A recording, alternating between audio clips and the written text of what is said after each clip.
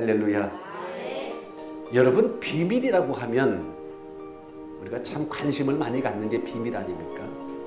내 비밀은 절대 말하지 않으려고 하고 다른 사람의 비밀은 어떻게든지 간에 알고 싶은 게 우리들의 모든 사람들의 심리겠죠.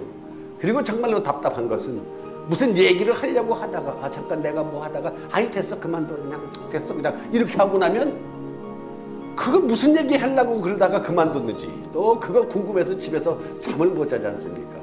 그래서 오늘은 사람들도 비밀이 있지만 하나님도 비밀이 많이 있습니다.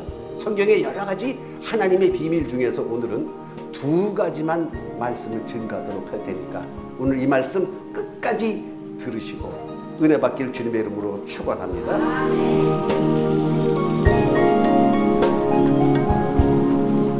자, 첫째는 대속의 비밀을 말씀드리겠습니다. 대속이라는 말 찬송가 321장에 날 대속하신 주님께 이 찬송이 있죠. 날 대속하신. 즉 대속이라는 것은 뭐냐? 대신 속죄하셨다는 뜻이 대속입니다. 즉 예수님의 십자가의 보혈로 만민의 죄를 씻어서 구원해 주신 그 일을 대속이라고 합니다. 즉 만민의 죄를 속죄하셨음을 의미하는 신학적인 용어가 대속입니다. 대속이라는 것은 세상에서는 쓰는 단어가 아닙니다. 하나님의 아들인 예수가 모든 인류의 죄를 대신해서 속죄하셨다는 의미가 대속이지요. 여러분 지금 작금의 세상 돌아가는 현실을 한번 보십시오. 대속하고는 너무너무 거리가 먼 일들이 벌어지고 있지 않습니까? 국정농단 사건으로 현직 대통령이 파면돼서 구속됐고 줄줄이 장관들 그다음에 그 밑에 있는 측근들 비서관들이 전부 다 감옥에 굴비처럼 엮여서 들어갔어요. 그런데 누구 하나 내가 잘못했다고 하는 사람이 한 사람도 없더라고요. 어마어마한 사건은 벌어져서 국민은 큰 마음의 상처를 입고 이게 나라냐라고 그러면 울부짖으면서 나가서 광화문에서 촛불을 들었는데 대통령은 대통령대로 내가 잘못했다. 내가 잘못해서 내가 잘못 판단해서 내 밑에 있는 비서관들 장관들 무슨 죄가 있느냐. 그들은 내가 시키는 대로 했으니 그들 용서해줘라. 그 죄값을 내가 받겠다. 이렇게 하면 아마 잘못은 했지만 아마 국민들 속에서도 이해가 되고 아마 박수를 보내줄지도 모르겠어요. 그런데 나는 안 했다. 지들이 알아서 지 생각을 했다. 뭐 밑에 부서관들은 우리가 누가 시켜서 했느냐. 우린 시키는 대로 했다. 전부 다 세상에 돌아가면서 자기 잘못을 시인하고 인정하는 그러한 것을 세상에서는 볼 수 없습니다. 그런데 하나님은 모든 인간들의 죄를 당신의 독생자 아들에게 떠넘기고 네가 대신 죽어서 죄값을 치르거라. 할렐루야. 하나님은 그렇게 하셨어. 영생하도록 지어진 인간이 죄를 지어서 타락하고 사망에 떨어지게 됐음에도 불구하고 그 죄를 인간들에게 묻기보다는 자기 아들에게 뒤집어 씌우시고 네가 대신 저 인간들의 죄를 다 뒤집어 쓰고 네가 죽어라. 아들 보고 대신 속죄하라고 하신 것이 이것이 대속입니다. 할렐루야. 세상에서도 여러 가지 죽음들이 있지요. 여러 가지 죽음이 있습니다. 의사자라는 것이 있습니다. 의사자. 의사자는 바로 뭐냐면 자기 직무와 상관없이 타인의 생명과 재산 아니면 그런 것을 보호하기 위해서 애쓰다가 죽은 사람을 의사자라고 합니다. 소방관이 불 끄다 죽으면 의사자라고 하지 않습니다. 소방관이 아닌 사람이 남의 집 불 끄는데 불난 집에 들어가서 사람을 구하러 들어갔다가 그 사람이 죽게 되면 그런 사람을 의사자라고 합니다. 이런 사람은 나라에서도 특별하게 예우를 하는 법률을 만들어서 쉬운 말로 연봉의 월급액, 한 달 월급액의 240배를 보상으로 줍니다. 즉 20년치 월급을 한꺼번에 줌으로 보상을 해주는 제도가 세상에서 죽은 사람, 의사자라는 그러한 제도가 있습니다. 또한 세상에는 순직이라는 것이 있지요. 순직은 바로 뭐냐 하면 경찰 공무원, 소방 공무원 같이 자기 직무를 수행하기 위해서 훈련하다가 죽거나 아니면 직무를 수행하다가 죽거나 아니면 직무를 수행하는 과정에서 질병이 걸려서 죽으면 그 사람을 순직이라고 합니다. 그렇게 하게 되면 1계급 특진을 시키고 그 다음에 여러 가지 연금이라든지 다양하게 나라를 위해서 수고한 그러한 대가를 법률로서 지정해 주는 게 이게 바로 순직입니다. 그런데 우리 하나님 안에서는 순교자라는 것이 있습니다. 순교자라는 것은 뭐냐? 예수를 증언함과 하나님의 말씀을 인하여 죽임을 당한 자들이 순교자입니다. 할렐루야. 아멘. 그러면 세상에서는 의사자는 240배의 월급을 받는 것으로 법을 정해서 예우를 하고 순직자들도 나라에 예우를 하는데 하나님께서 순교자는 어떻게 예우를 하시느냐? 하나님께서 보상하시는 것은 첫째 부활의 축복을 그에게 허락하시고 그리스도와 하나님의 제사장이 되는 축복을 그에게 허락하시고 그리스도와 더불어 1000년 동안 영원히 왕노릇하는 그 축복을 허락하시는데 여러분 똑같은 죽음이라 할지라도 하나님 앞에 순교자로서의 죽음을 하나님께 드린다면 그 사람이 가장 큰 축복된 죽음이라는 것을 믿고 우리도 순교자의 정신을 이어받을 수 있기를 주님의 이름으로 축원합니다. 아멘. 성도와 세상 사람들의 차이는 그렇게 심각하지 않습니다. 성도는 바로 뭐냐? 하나님의 아들이 내 죄를 위하여 대신 죽으셨다라고 믿는 사람들이 성도입니다.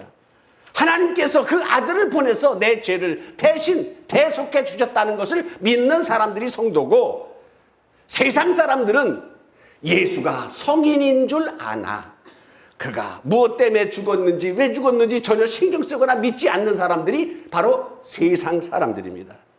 그런데 예수님은 사람들은 생각하기에 그가 왜 죽었는지 뭐 때문에 죽었는지 그건 알 바 아니고 신경 쓰지 않는다라고 했지만 실상에 예수님은 그가 찔림은 우리의 허물을 인함이라 그가 상함은 우리의 죄악을 인함이라 그가 징계를 받음으로 우리가 평화를 누리고 그가 채찍에 맞음으로 우리가 나음을 입었도다. 할렐루야. 아멘. 우리는 다 양 같아서 그릇 행하여 각기 제 길로 갔거늘 여호와께서는 우리 모두의 죄악을 그에게 담당시키셨도다. 할렐루야. 이게 대속입니다.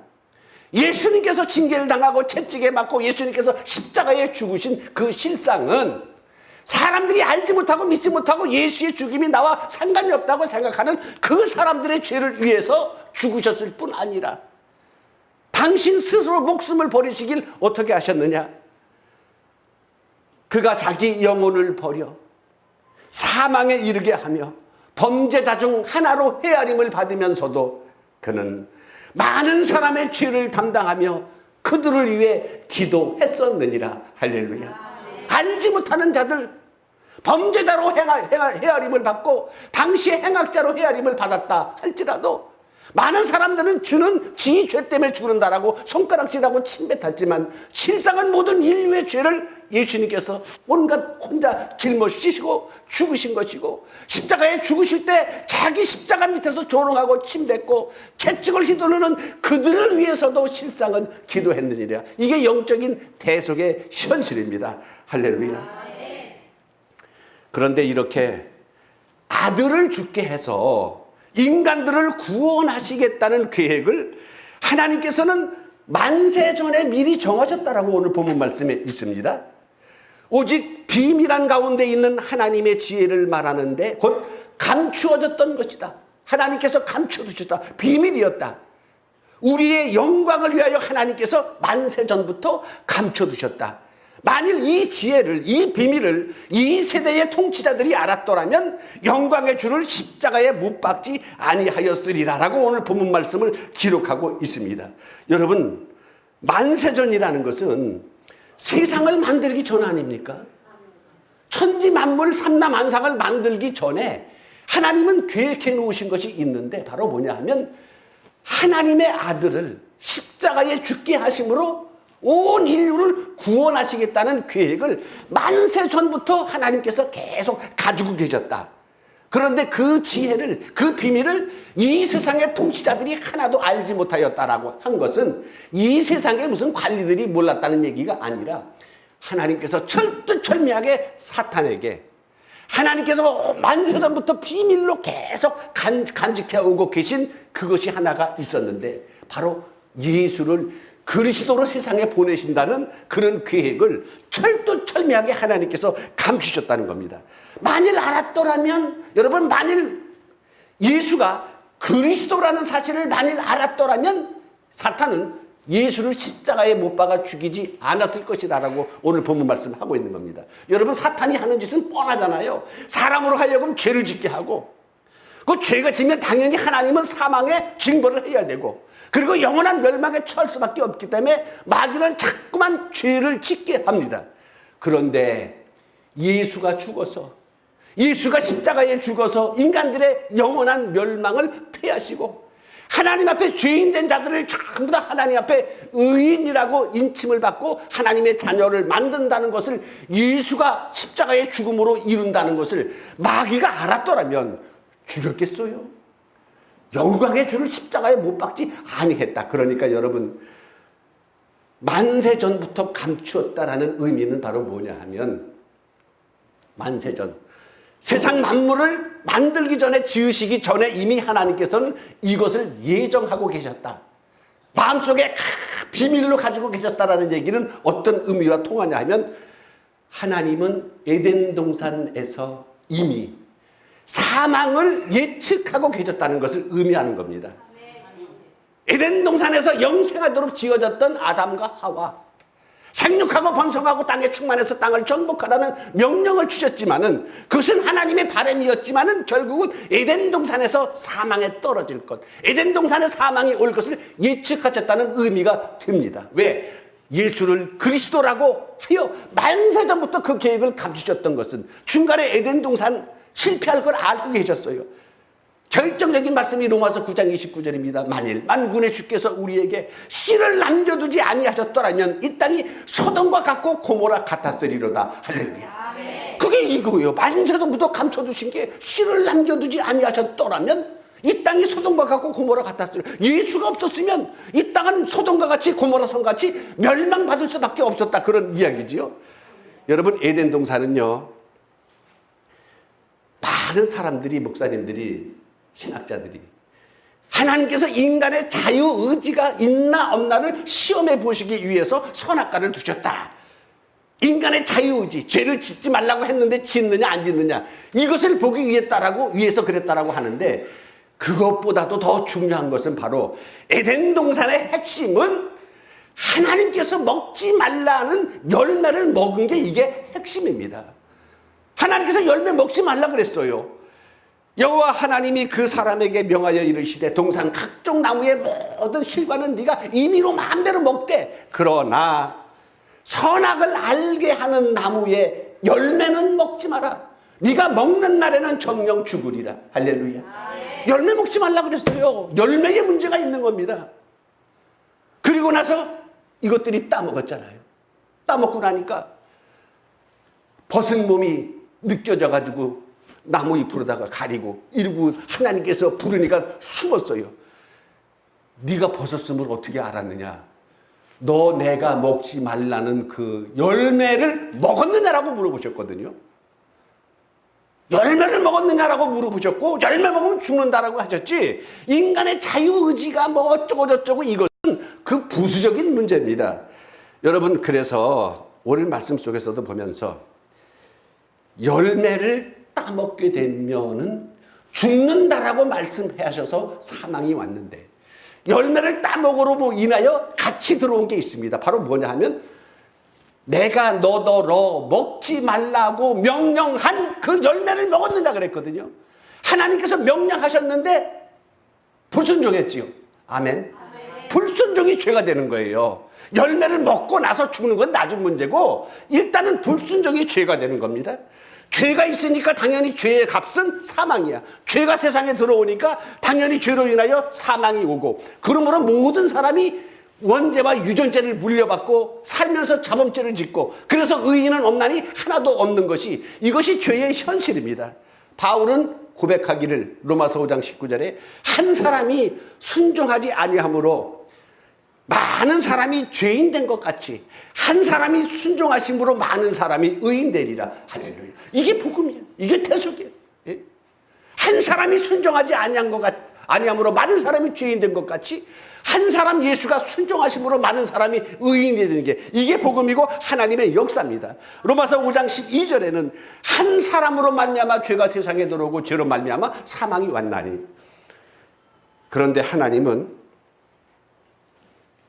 에덴 동산을 망쳐놓은 하나님께서 지으신 특별한 영역 안에 그 안에까지 침투해서 망쳐놓은 사탄에 대해서 당장 작살내거나 막 이렇게 하지 아니하시고 후일을 도모하셨어. 너 나중에 보자. 그래서 창세기 3장 15절에 보면 내가 너로 여자와 원수가 되게 하고 내 후손도 여자의 후손과 원수가 되게 하리니 여자의 후손은 내 머리를 상하게 할 것이니라. 자, 우리 여성분들 잘 들으세요. 내가 너로, 너는 누굽니까? 사탄. 내가 너로 여자와 원수가 되게 하고 사탄의 원수는 누구라고요? 여자. 여자의 원수는 누구? 여자의 원수는 사탄이에요. 남편이 아니라고요. 여자의 원수는 사탄인데 왜 남편을 원수같이 대하고 그러는지 잘 모르겠어요. 우리 집 얘기하는 건 아니고. 자, 이렇게 에덴 동산에서 실패하시고 하나님께서 그 당시의 사탄을 작살내지 아니하시고 후일에 내가 너로 여자와 원수가 되게 하고 여자의 후손 중에서 네 머리통을 깨우실 것이라고 예언하셨어요. 그리고 나서 하나님께서 누구를 보냈느냐? 몇천 년이 지난 다음에 저 히브리 땅에 팔레스타인 땅 이스라엘에 하나님의 아들을 마리아를 통해서 성령 잉태를 통해서 보내셨어요. 휴식하셨어요. 여러분, 하나님의 아들이 이 땅에 보내진 것 아는 사람이 없어. 일단은 누가 먼저 알겠어요? 마리아. 자기가 잉태했으니까 자기는 알고 마리아밖에 몰라. 그런데 마리아만 알아가지고 안 되니까 하나님이 어쩔 수 없이 남편 될 요셉에게도 말했어. 근데 요셉도 알고 났는데 기가 막히고 코가 막히고 어떻게 할 수 없고 이러다가 결국엔 일찍 죽었어요. 왜 일찍 죽었냐니까 내가 생각해 내 생각이야. 소갈이 하나 일찍 죽은 것 같아. 왜? 아직도 시집도 안 오고 약혼만 했는데 배가 불러와가지고 그래 됐으니 아무리 뭐 이게 하나님의 역사고 야 이사야가 예언해가 그게 이 여자다 뭐 마음만 설명해줘도 머리로는 이해가 가는데 마음으로는 이게 정리가 안 되니까 아마 소갈이 하다 일찍 죽었어. 여러분 쉬쉬했어요. 그리고 나서 동방박사가 찾아오니까 그냥 발칵 뒤집혔잖아요. 그러니까 마귀가 죽이려고 혈안이 돼가지고 올 것이 왔구나. 하나님이 이 땅에 보냈구나. 뭘 보냈구나 라고 싶어가지고 전부 다 베들레헴에 있는 그냥 사내 아이를 2살 밑에 전부 다 죽이는 일이 벌어져서 이때 예수님이 어떻게 됐습니까? 도망갔어요. 애국으로 도망가 있었어요. 애국으로 도망가 있으면서도 다시 고향에 돌아와서 30세가 될 때까지는 아무런 하나님의 사역을 하지 않았어. 그러니까 이게 마귀가 가만히 보니까 이게 뭔가 보내진 줄 알았더니 이게 아니었구나 라고 방심할 만큼의 세월이 지난 다음에 하나님의 아들이 본격적으로 일어나서 사역을 하시는데 사역을 하시면서도 당신이 그리스도라는 것을 철두철미하게 숨기셨어요. 마태복음 16장에 보면은 20절에 당신이 그리스도인 것을 아무에게도 말하지 말라. 이때는 언제냐면 마지막 예루살렘 죽으러 올라가실 때거든요. 마지막 6월절 입성하실 때까지 제자들에게 내가 서기관과 장로들과 대제사장들에게 죽임을 당하고 죽는다. 사흘 만에 다시 살아난다. 내가 죽었다가 살아나는 걸 볼 때까지는 내가 그리스도인 것을 절대 말하지 말아라. 할렐루야. 누가 알을까봐. 사탄이가 알을까봐. 그래서 예수님께서 절대로 내가 그리스도인 것을 말하지 말라는 얘기는 오늘 본문 말씀하고 일치하는 겁니다. 하나님께서 우리의 영광을 위하여 만세전부터 감춰놨던 것, 그게 바로 누구냐? 예수 그리스도. 그리스도는 하나님의 비밀인 것입니다. 인간의 영생을 위해서 하나님께서 만세전부터 철저히 계획하시고 숨기셨어요. 그 때를 실행할 때가 될 때까지 사탄은 그것도 모르고 무조건 눈에 띄면 잡아 죽이면 되는 줄 알았어요. 그래서 죽였어. 처참하게 십자가에 가장 추악하고 가장 참혹하게 하나님의 아들을 십자가에 못 박아 죽였어. 그런데 하나님은 사탄이가 은근 그렇게 해 주시기를 바라고 계신 거예요. 소위 말해서 낚시를, 미끼를 덥석 물은 겁니다. 그렇게 할 때까지 예수님도 조심하셨고 하나님도 철두철미하게 비밀로 오셨는데 이게 덥석 물은 거야. 유다가 그 전날 밤에 떡 조각을 하나 예수님께서 찍어주면서 친구여 네가 하는 일을 하라고 할 때에 떡 조각을 받아들고 예수님 팔러 나갔을 때 유다가 나간 다음에 예수님이 뭐라고 말씀하셨냐면 지금 인자가 영광을 얻었고 아버지도 인자를 인하여 영광을 얻으셨도다. 할렐루야. 만세와 만대로부터 감춰왔던 것인데 이제 저놈이 나가면 이루어진다. 아직 이루어지기 하루 전이지만은 이루어진 거나 다름이 없기 때문에 예수님께서 인자가 영광을 얻었고 아버지도 인자를 인하여 영광을 얻으셨다는 얘기는 만세와 만대로부터 감춰왔던 하나님의 뜻이 완성된다는 그러한 뜻입니다. 할렐루야. 하나님이 숨기신 것 비밀 한 가지는 바로 예수가 그리스도였다는 것, 이것을 숨기신 것입니다. 만일 만군의 주께서 우리에게 씨를 남겨두지 아니하셨더라면 이 땅이 소돔과 같고 고모라 같았으리로다라는 이것이 하나님께서 감추어 두셨던 겁니다.